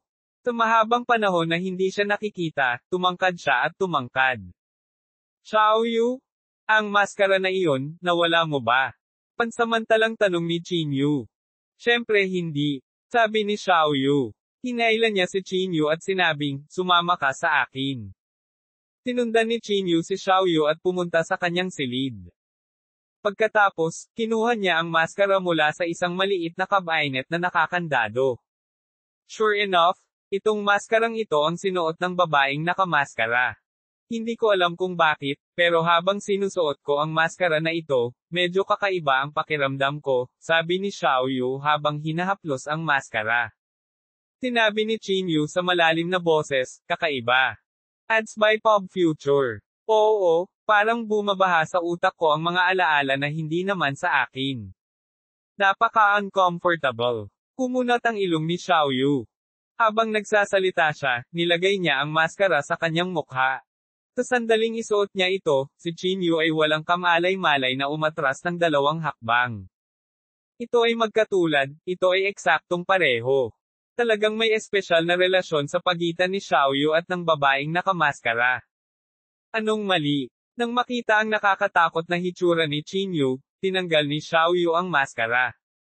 Mabilis na umiling si Chinyu at maingat na sinabi, Xiaoyu, ang maskara na ito ay pambihira. Tandaan, hindi mo dapat sabihin sa sinuman, o ang iyong buhay ay nasa panganib, maunawaan. Nauutal na sabi ni Xiaoyu, alam ko. Nang makita ang kanyang ekspresyon, nagkaroon ng masamang premonition si Chinyu. Ikaw, sinabi mo ba sa iba? Medyo takot na sabi ni Chinyu. Hindi. Mabilis na umiling si Xiaoyu. Nag-aalala pa rin si Chinyu, ngunit kahit anong tanong niya, itinanggi ito ni Xiaoyu. Xiaoyu, ginagawa ko ito para sa iyong ikabubuti. Dapat mong alaga ang mabuti itong maskara, naiintindihan mo. Hinimok ni Chinyu. Tumango si Xiaoyu at sinabing, naiintindihan ko. Huwag kang mag-alala. Napaungol si Chinyu at hindi na nagsalita pa. Gabi na. Hindi naman ako pwedeng magtagal dito kaya aalis muna ako. Pupunta ako at magkikita ulit kapag may oras ako, sabi ni Chinyu habang tinatapik ang ulo ni Xiaoyu. Medyo nadismaya si Xiaoyu, ngunit tumango pa rin siya at hindi na nagsalita pa. Pagkatapos maglakad palabas ng silid, hinailan ni Uncle Wu si Chinyu sa gilid.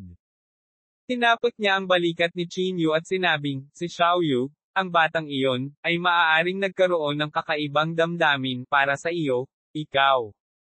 Tito Wu, huwag kang magbiro. Palagi kong tinatrito si Xiaoyu bilang nakababatang kapatid ko. Mabilis na ikinaway ni Chinyu ang kanyang kamay. Ads by Pop Future. Ibinuka ni Uncle Wu ang kanyang bibig at pagkatapos ay sinabing may mapait na ngiti, sige. Chinyu, mag-ingat ka. Tumango si Chinyu at tumalikod para umalis. Pinalak ni Chinyu na bisitahin si Django at ang iba pa, ngunit nagbago ang sitwasyon kaya direktang umalis siya sa Chuzhou pagkatapos. Sa sekta ng Saint Confucian sa Kang City. Isang malaking estatwa ang nakatayo sa gitna ng plaza. Isa itong estatwa ni Deng Sheng. Ang tao mismo ay nasa boudoir ni Xingyu. Ipinatong ni Deng Sheng ang kanyang kamay sa hita ni Xingyu. Xingyu, dapat mong malaman ang kasalukuyang sitwasyon. Wala na ang Green Moon Villa. Tanging ang sekta ng Saint Confucianism ang umiiral ngayon, nakangiting sabi ni Deng Sheng. May kaunting pagkasuklam sa mukha ni Xingyu, ngunit wala siyang ginawang labis. Malinaw, hindi ito ang unang pagkakataon na dumating si Deng Sheng para kausapin si Xingyu. Deng Sheng? Si Qin ay hindi patay. Pagbalik niya, siguradong patay ka, malamig na mukha ni Xingyu. Hindi napigilan ni Deng Sheng na matawa nang marinig niya ito. Paano kung hindi patay si Qinyu? Masyado siyang mayabang at nagdulot ng napakaraming problema. Ngayong hinuhuli na siya ng lahat mula sa lahat ng antas ng pamumuhay, sa tingin mo ba ay magkakaroon siya ng pagkakataong bumalik? Napangisi si Xinyu nang marinig niya ito. Mr. Tichin ay palaging nakatakas sa kamatayan, at sa pagkakataong ito ay walang pagbubukod. Ang mga salitang ito ay walang alinlangan na pumukaw ng takot sa puso ni Deng Sheng. Medyo galit na sabi niya dahil sa kahihiyan, Bitik, I was talking to you nicely. Sa tingin mo ba ganoon kakahalaga? Sinasabi ko sa'yo ngayon. Kung gusto mong mabuhay, makinig ka sa akin. Maging aking kanaryo at mas maligaya ka. Kung hindi, gagawin kitang laruan para sa lahat sa sekta ng Saint Confucian. Dapat mong malaman na maraming tao sa sekta ng Saint Confucian ang gustong makipaglaro sa iyo. Malungkot na sabi ni Deng Sheng. Pinandilatan ni Xinyu si Deng Sheng at saka dinuraan ang mukha nito. Pinaikit ni Deng Sheng ang kanyang mga mata. Bigla niyang hinawakan ang buhok ni Xinyu at mabangis na sinabi, walang hiya na babae. Pahihirapan kita ngayon. Pagkatapos, hinailan niya si Xinyu sa buhok nito at kinaladkad palabas ng pinto. Ang pervert na ito ay nagpaplanong makipaglaro kay Xinyu sa harap ng lahat mula sa sekta ng Saint Confucian. Ads by Pop Future. Kinaladkad niya ang buhok ni Xinyu at naglakad palabas ng bulwagan. Gayunpaman, pagdating niya sa pinto, nabangga niya ang isang malabakal na katawan. Tumangala siya at nakita si Xinyu na malamig na nakatingin kay Deng Sheng. Natigilan si Deng Sheng noong una, pagkatapos ay sumuray-suray siya at bumagsak sa kanyang puwitan. Xinyu. Puno ng takot ang mukha ni Deng Sheng. Malamig na tiningnan ni Xinyu si Deng Sheng at sinabing, Bastard, hindi na sana kita hinayaang mabuhay. Pagkatapos sabihin iyon, biglang sinipa ni Xinyu ang ibabang bahagi ng tiyan ni Deng Sheng. Ang sipa na ito ay napakalakas at direktang nagpalipad kay Deng Sheng. Nabasag ng kanyang katawan ang bulwagan, at ang buong bulwagan ay agad na nag-iingay. Iniluwa ni Deng Sheng ang isang subo ng dugo mula sa sulok ng kanyang bibig. Bumangon siya sa lupa at tumalikod para tumakbo. Ngunit sa harap ni Xinyu, paano siya makakatakas? Sa isang kisap mata, hinawakan siya ni Xinyu sa leeg at kinaladkad siya sa plaza na parang patay na aso.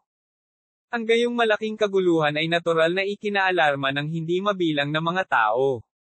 Biglang nagtipon dito ang lahat mula sa sekta ng Saint Confucian. Hindi mabilang na mga tao ang tumingin sa eksena sa harap nila at bumulalas, Xinyu. Bumalik na siya. Napabulala si Xinyu, Mr. Qin, hinahanap ka ng lahat sa labas. Ikaw, mas mabuting tumakbo ka. Sumulyap si Xinyu kay Xinyu at hindi nagpaliwanag. Kailangan niyang panatilihing mataas ang profile. Kung hindi, paano niya maaakit ang mga tao mula sa Jingdu Martial Arts Association? Pinuhat ni Xinyu si Deng Sheng at humakbang patungo sa gitna ng plaza. Nagngangalit si Deng Sheng. Gusto niyang tumakas ng tahimik, ngunit itinaas lamang ni Xinyu ang kanyang kamay at binali ang mga binti ni Deng Sheng. Inihagis ni Xinyu si Deng Sheng sa lupa at malamig na tumingin sa mga tao.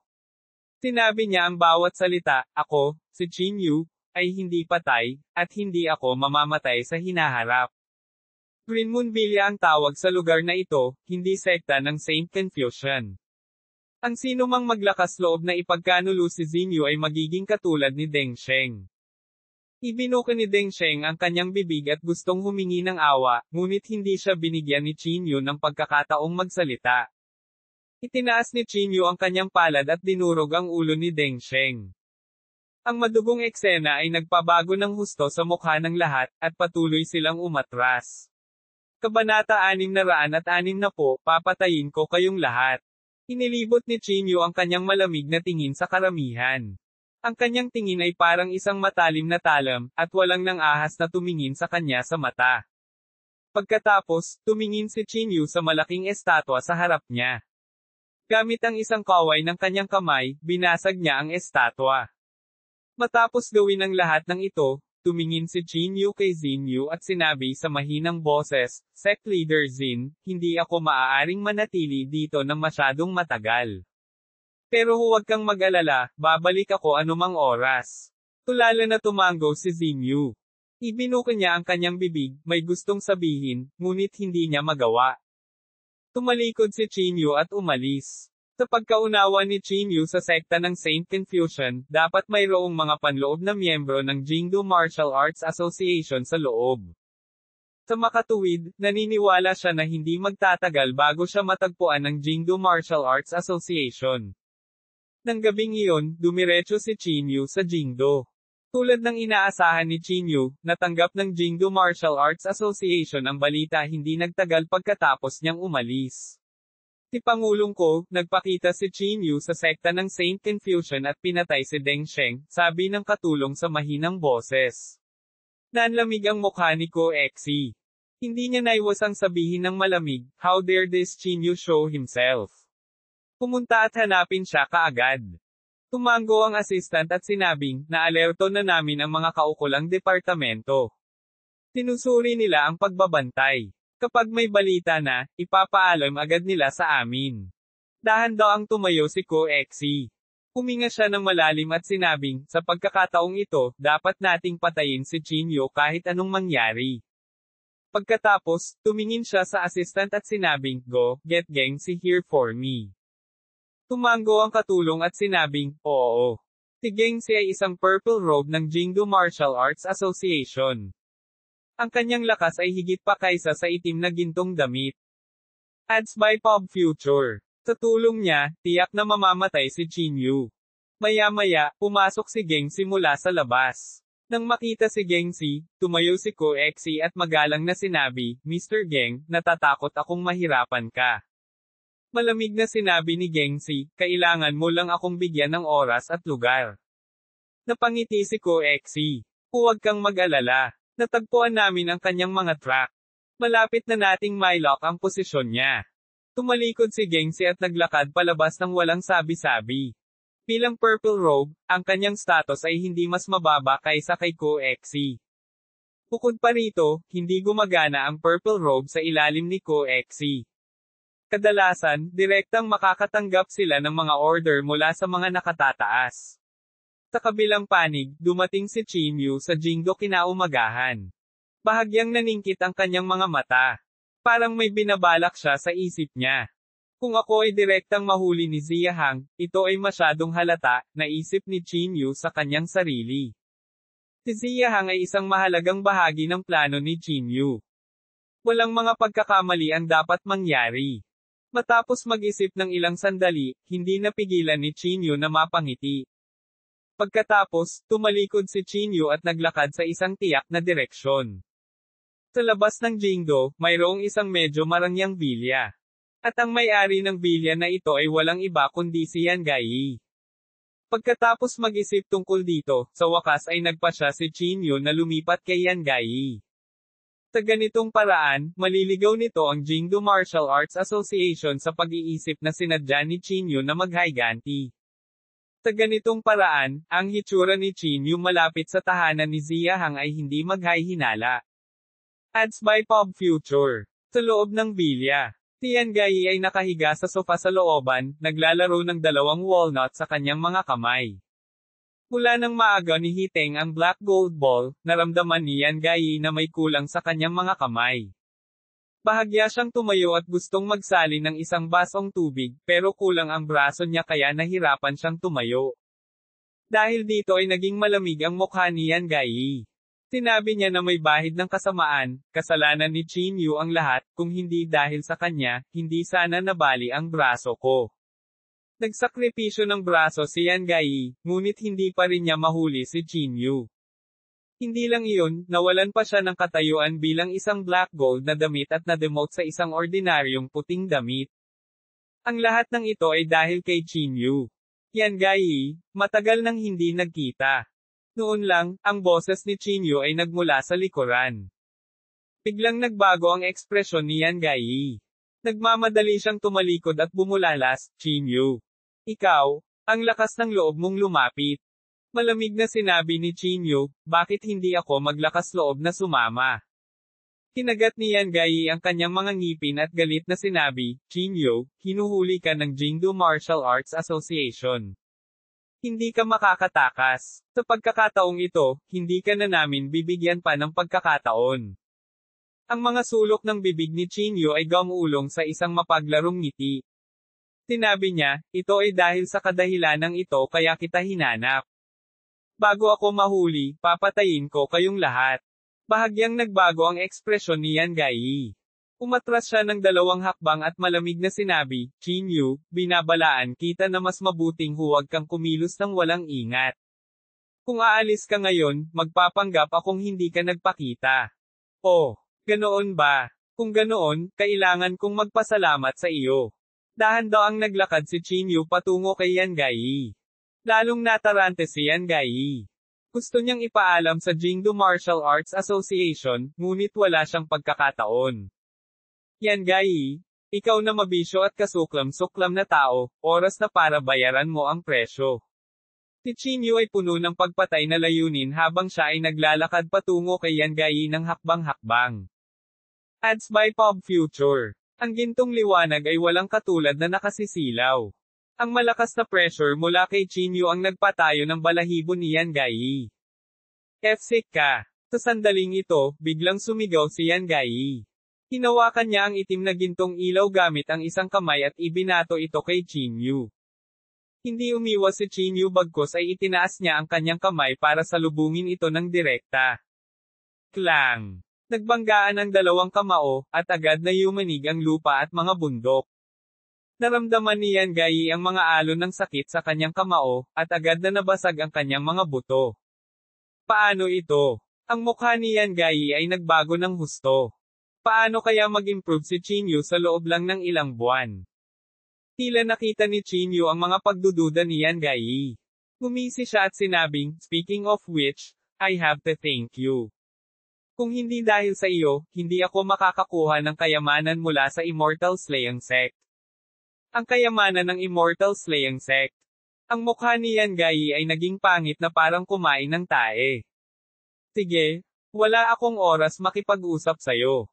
Pagkatapos kitang patayin, kailangan kong hanapin ang susunod na kalaban, malamig na sabi ni Chinyu. Ang kanyang katawan ay puno ng enerhiya, at ang kanyang kamao ay naglalabas ng nakakasilaw na gintong liwanag. Alam ni Yan Gai na ito ang killer move ni Chinyu, Absolute Beginning Sacred Feast. Mamatay! Pilit na sigaw ni Chinyu, at pagkatapos ay binato niya ng suntok si Yan Gai. Kinagat ni Yan Gai ang kanyang mga ngipin at ipinatawag ang lahat ng kanyang panloob na chi. Inayos niya ang sarili at umakyat para salubungin ang suntok. Sa sandaling ito, isang itim at gintong liwanag ang bumungad sa hindi kalayuan. Ang liwanag ay bumangga sa kamao ni Chinyu, at ang nakakatakot na panloob na chi ay direktang nabasag ang bilya. Bahagyang kumunat ang noo ni Chinyu at tumangala. Nakita niya ang itim na gintong bola na nagligtas kay Yan Gai. Ito na naman ang itim na gintong bola. Kumunat ang noo ni Chinyu. Chinyu, matagal na tayong hindi nagkikita. Maya-maya, may namamaos na boses mula sa likuran. Lumingon si Chinyu at nakita ang isang masamang figure. Chateng. Napangisi ang mga labi ni Chinyu. Dumating ka sa tamang panahon. Papatayin din kita. Malamig na sabi ni Chinyu.